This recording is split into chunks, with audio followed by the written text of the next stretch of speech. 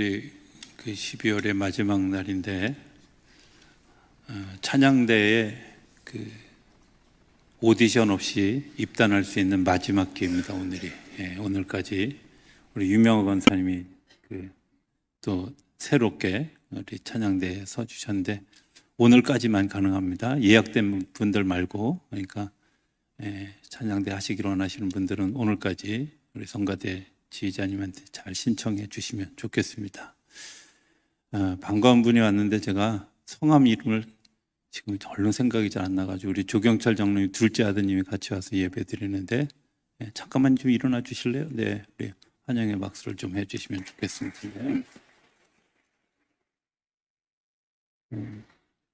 제가 우리 교회 온 지 이제 3년에 한 달 모자르는데 2년 11개월 만에 처음 뵈서 너무 감사했습니다. 우리 하나님께서 주시는 그런 풍성한 은혜로 우리 이제 한 해를 지나왔는데 여러분들 삶의 한 걸음 한 걸음 가운데 하나님의 축복하심이 함께하게 되기를 주의 이름으로 축복합니다. 하나님 살아계십니다. 살아계신 하나님의 은혜와 평강과 축복이 저와 여러분들 그리고 영상으로 예배하는 분들에게 함께하게 되기를 주의 이름으로 축복합니다.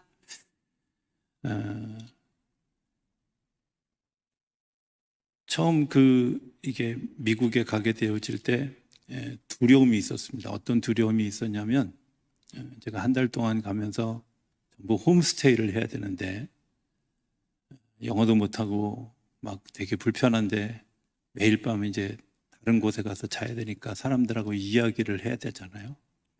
그래서 막 고민을 하니까 같이 가는 어떤 분이 저한테 뭐라고 얘기하시냐면 걱정할 거 없다고 그냥 미국에 가면 두 가지만 잘하면 된대요. 뭐냐 그랬더니 땡큐 하고 I'm sorry만 잘하면 된다는 거예요. 그래서 그런 거야 쉽지 그렇게 생각했는데 한 일주일 지났는데 제 어깨를 툭 치면서 뭐는 왜 땡큐 안 해? 이렇게 얘기를 하더라고요. 제가 보니까 안 하고 있더라고요. 한국에서 습관처럼. 그 이후에 제가 좀 막 땡큐를 남발하게 되어져. 그러면서 이제 왜 그 미국 사회에서 그런 표현들이 중요하게 생각하고 또 그런 일들에 대해서 통용되어질 수 있을까 하는 것을 생각하면서 이런 생각을 했어요. 그게 수용하는 자세구나. 받아들이는 자세구나. 내가 감사하는 자세, 또 내가 잘못하면 잘못했다고 인정하는 자세.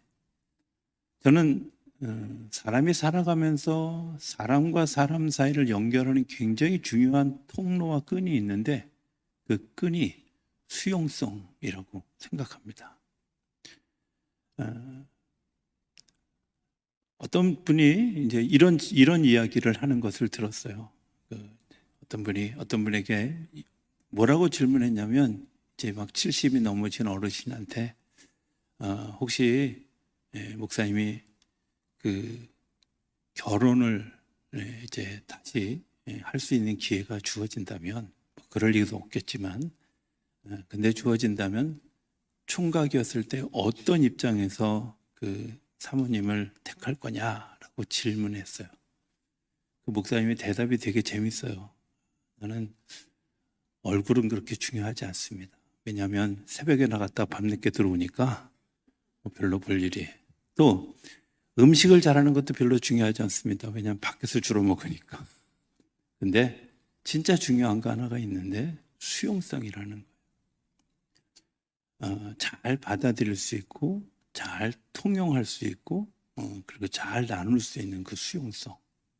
그게 당신이 기대하는 아내에게 또 당신이 기대하는 그런 인간관계에서 가장 중요한 것이다 라고 이야기하는 것을 들었던 기억이 있습니다. 수용성, 우리가 잘 받아들이고 있는지 아니면 잘 받아들여지지 않고 뭔가 자꾸 어긋나는 그런 모습을 가지고 있는지 하는 것을 한번 되돌아보는 시간이었으면 좋겠다 이런 생각을 합니다. 칼 발트라고 하는 신학자가 있습니다. 굉장히 복음주의적인 신학자이고 믿음이 좋았다라고 생각하는 그런 그 신학자입니다. 스위스에 있는 바젤 대학에서 오랫동안 학생들을 가르치고 노년에는 이제 세계를 순회하면서 강연을 하고 다니는 분이었습니다. 어느 날 일본에 가서 강연을 하고 났는데 한 그 강연에 참여했던 분이 이런 질문을 그 교수님에게 했습니다. 교수님, 일생을 살아가면서 평생에 중요하게 생각하는 생각이 있다면 한번 얘기해 주시겠습니까? 라고 질문을 했습니다. 이 칼발트 교수님이 두말하지도 않고 이렇게 대답합니다. Jesus loves me. The Bible tell me so. 이렇게. 예수님이 나를 사랑하신다고. 그게 성경에 써 있다고. 우리 잘 아는 563장 찬송의 가사입니다.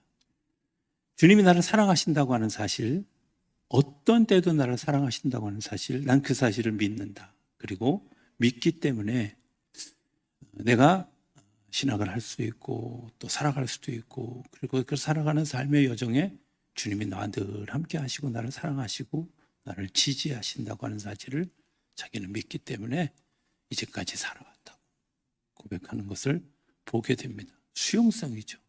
주님이 나를 사랑하신다. 헬라어에는 사랑이라는 단어를 크게 세 가지로 이야기합니다. 에로스, 또 필레오, 아가페, 이렇게. 뭐 거기서 이제 나눠지는 또 다른 파생되는 여러 가지 단어들이 있긴 있습니다만은, 그런 단어들 중에 기둥이 되는 단어들이 이 에로스, 그리고 필레오, 그리고 아가페입니다. 에로스라고 하는 사랑은 출발이 납니다. 내게서부터 출발하는 거죠. 나 중심입니다. 그래서 그 자기만 생각하는, 또 자기 이익만 생각하는 그런 사랑이죠. 이 사랑 다음에 또 다른 사랑이 있는데 필레오라는 사람입니다. 이건 이웃 중심입니다. 그래서 사람들과 더불어 살아가고, 프렌드십이라는 단어가 이 필레오에서 파생되어진 단어이기도 합니다. 이웃 중심이죠. 아가페, 우리가 잘 아는 것처럼 하나님 중심이고 하나님으로부터 시작되어지는 것을 아가페라고 이야기합니다. 요하네스 라하스라고 하는 독일의 신학자는 이 세 가지 사랑의 관계를 이렇게 표현합니다. 사람의 에로스적인 사랑은 필레오를 통해서 정화되고, 또 필레오는 아가페를 통해서 고양되어 열매를 맺는다. 번역하다 보니까 좀 어려운 단어들이 쓰여졌는데 조금 쉽게 설명하면 이런 겁니다. 하나님의 아가페적 사랑이 없는 필레오 사랑은 오래 가지 않고 끊어집니다. 이렇게 점점이 끊어지는 거죠.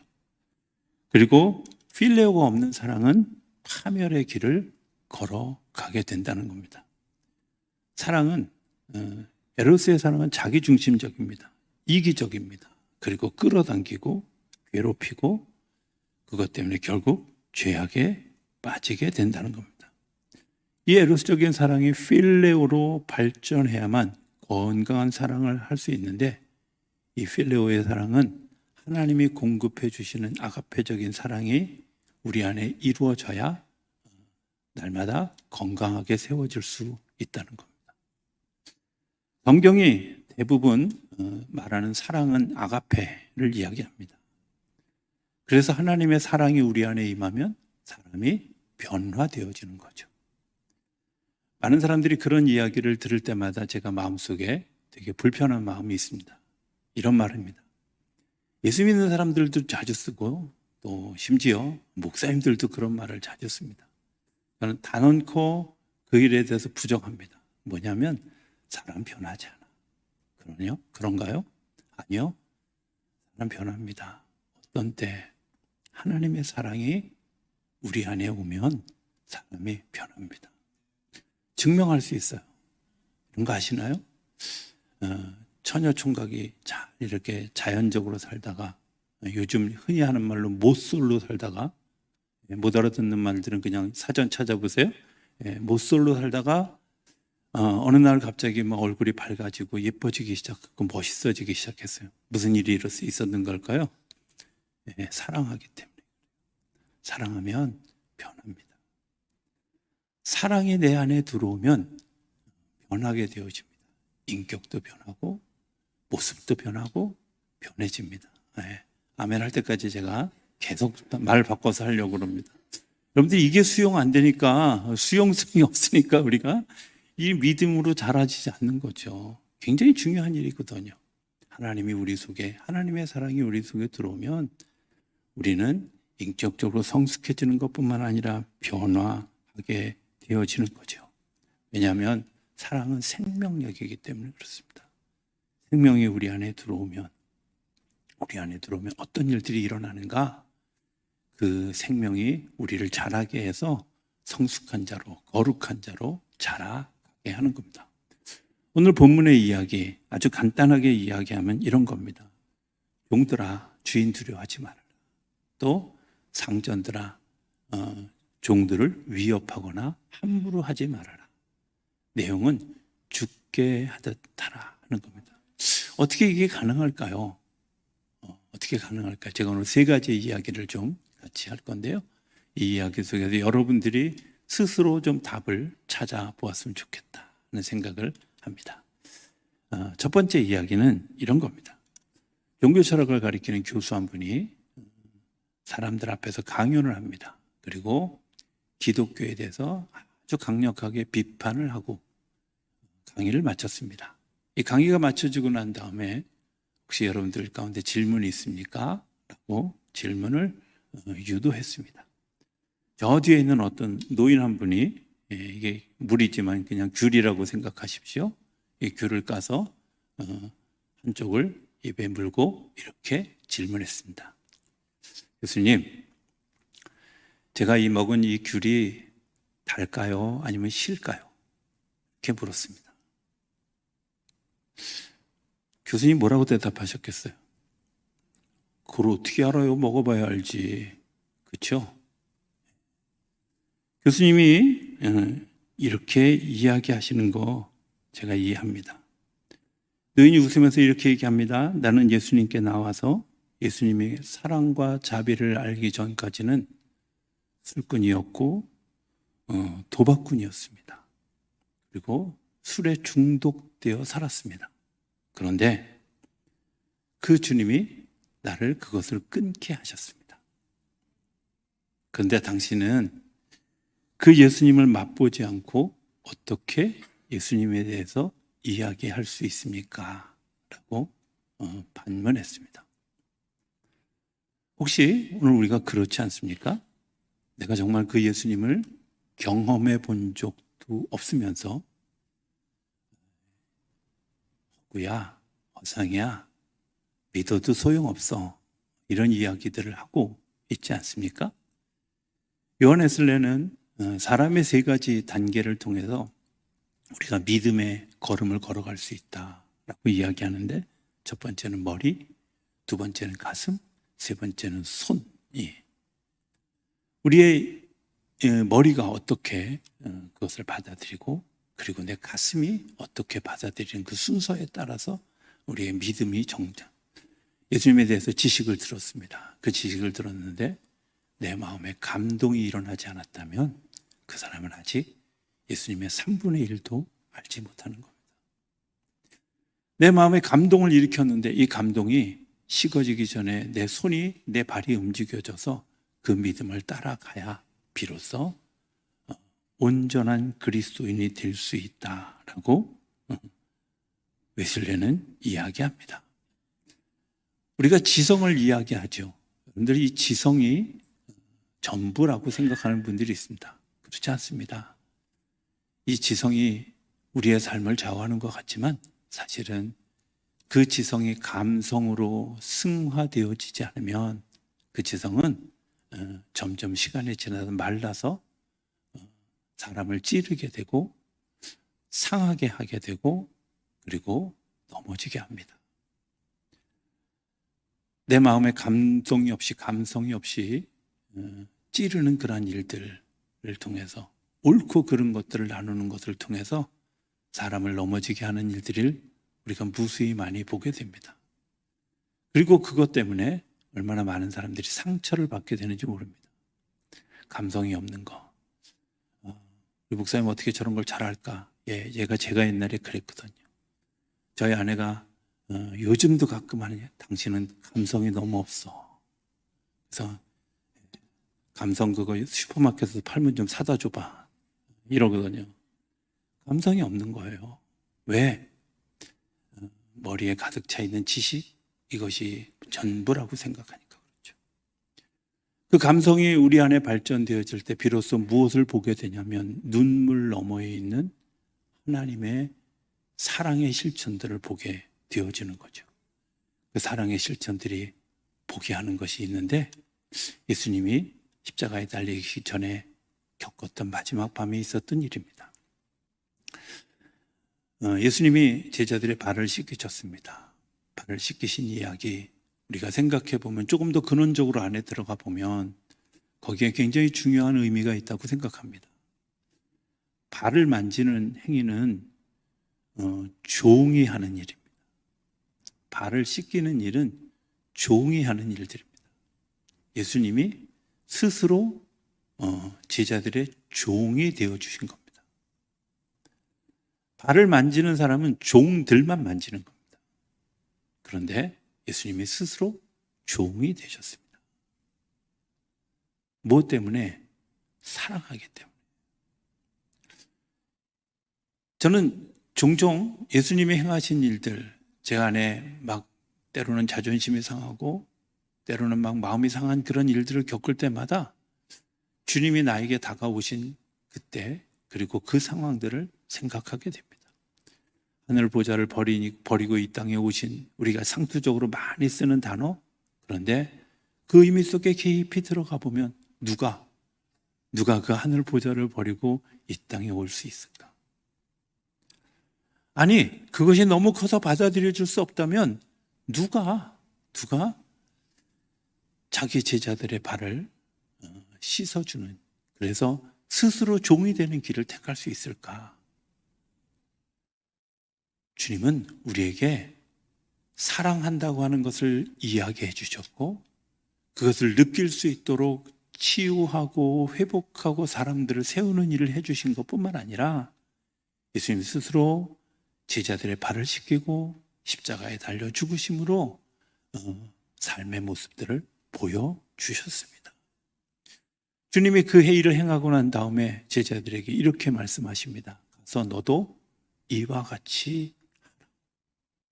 여러분들, 그게 주님께서 오늘 우리에게 부탁하신 일이고, 종된 주님, 상전된 주님이 종을 섬겼던 아름다운 그 이야기입니다.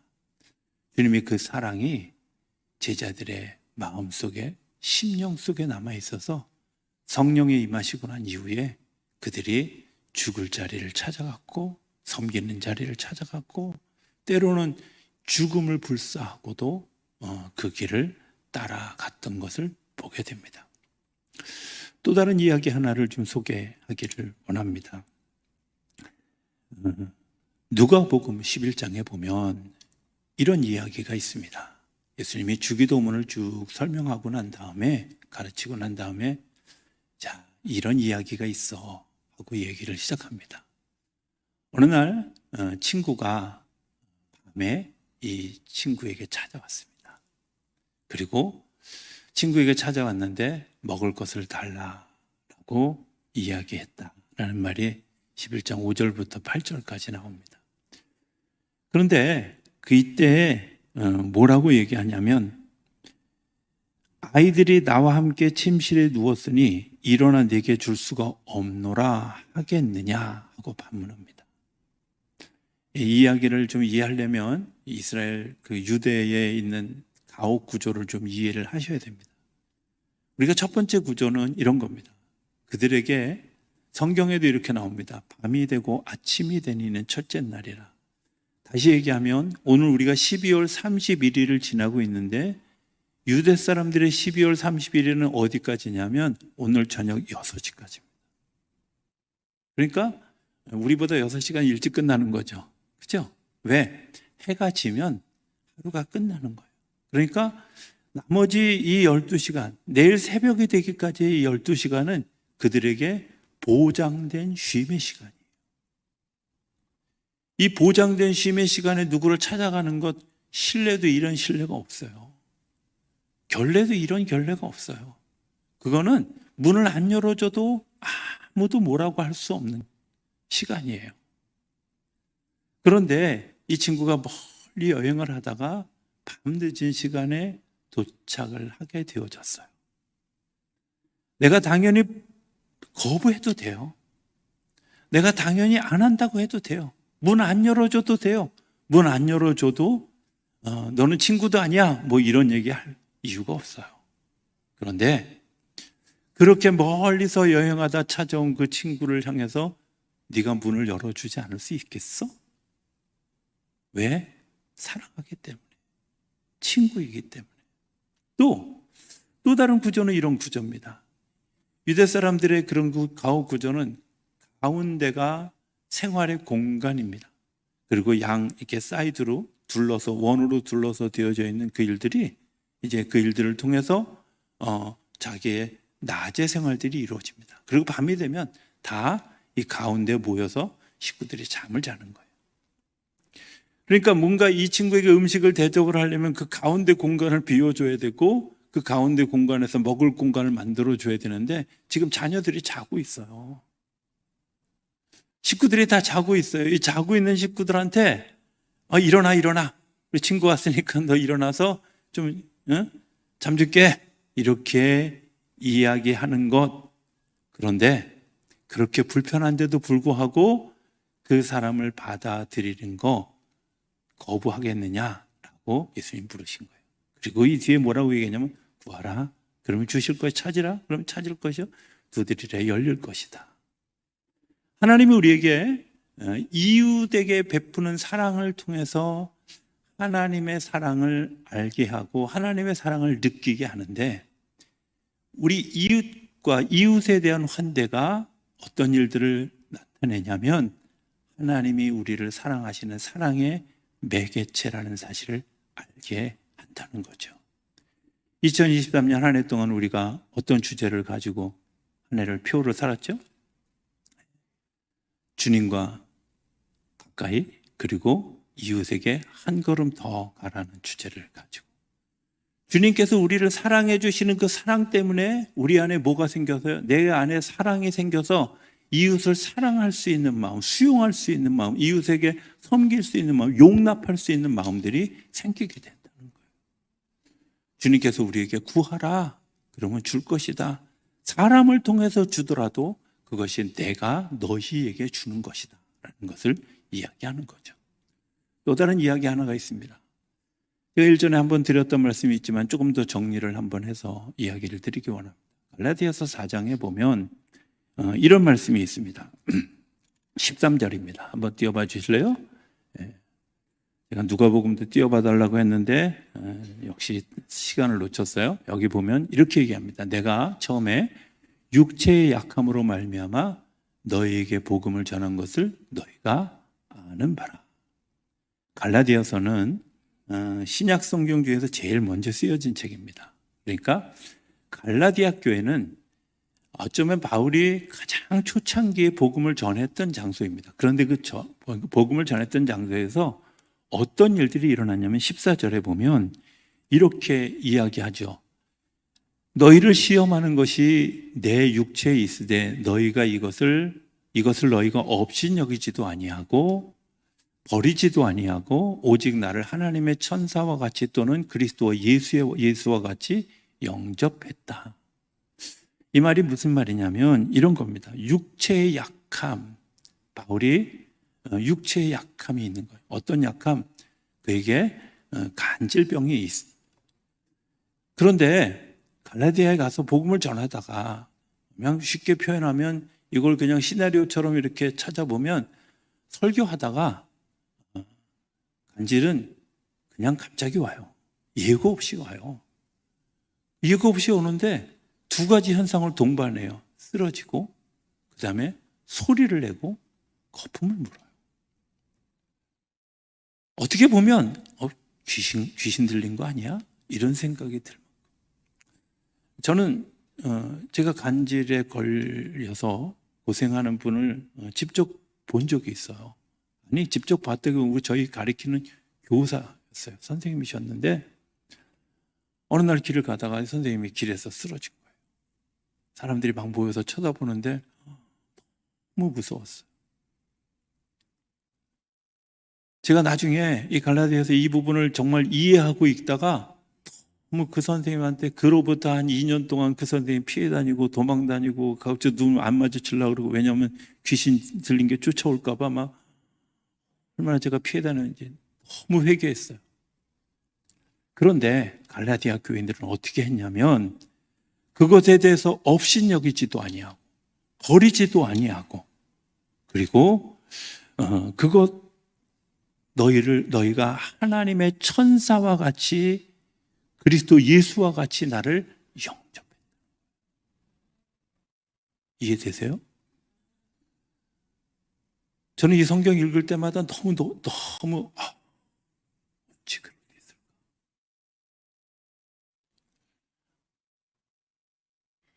이렇게 얘기할 수 있잖아요. 남들 병 고치기 전에 네 병이나 먼저 고쳐. 너한테 그런 게 있으면서. 모르는 사람들은 제가 아까 생각했던 것처럼 귀신 들렸다고 생각할지도 모를 만한 그런 치명적인 약점. 고린도후서 12장에는 사도 바울이 이걸 뭐라고까지 얘기하냐면 내 육체의 가시, 사탄의 저주, 이렇게까지 표현해요. 내 안에서 너무 일어나는 일들이 너무 힘들어서. 그리고 사도 바울이 이것 때문에 하나님 앞에, 하나님 나 좀 이거 고쳐주세요, 그리고 3번이나 아주 깊이 기도했는데 하나님의 대답은 내 은혜가 내게 족하다. 그런데 그건 나와 하나님과의 문제지만 갈라디아 교인들이 그걸 수용해 준 거예요. 받아들여 준 거예요. 환대해 준 거예요.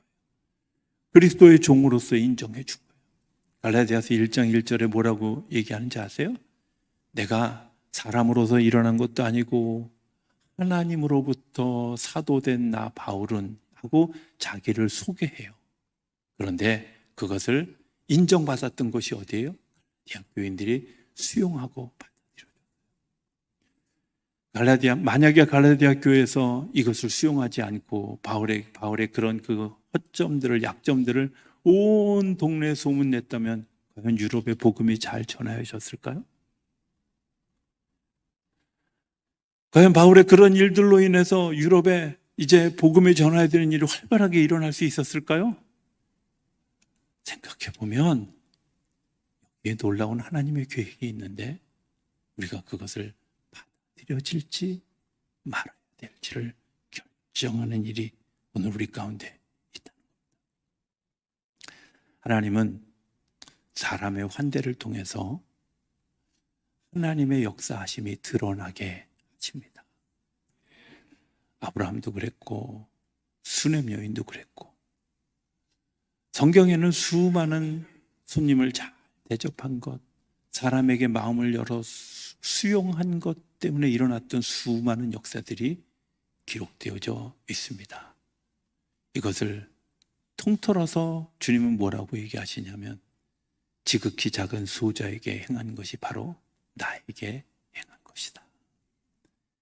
너희가 마음을 열고 받아들인 내 이웃, 그들에게 환대해 준 일들이 내가 너희에게 부어준 그 사랑으로 인해서 그들의 사랑에 이어졌고, 그 감동이 이어진 것 때문에 에로스적인 삶을 살다가 필레오적인 삶으로 발전해갔고, 필레오적인 삶을 살아가다가 아가페적인 삶으로 발전해가고, 기도도 달라지게 되어졌다는 겁니다. 오늘 우리가 그런 에로스적인 기도를 할 때가 얼마나 많이 있습니까? 하나님, 나 좀 편안하게 해주세요. 나 좀 쉬게 해주세요. 나 좀 편안하게 살게 해주세요. 이 기도입니다. 성경은 우리가 헛된 것을 구할 때 하나님이 허락지 않으신다고 이야기합니다. 오히려 성경은 이렇게 얘기합니다. 너희는 먼저 하나님의 나라와 하나님의 의를 구하라. 그리하면 너희에게 모든 것을 더하시리라. 내가 하나님의 사랑을 가지고 내 이웃에게 환대하고 사랑할 때 하나님이 우리의 필요와 우리의 연약함과 우리의 하나님께서 주시기를 원하시는 귀한 것들을 그 위에 더하시는 줄로 믿습니다.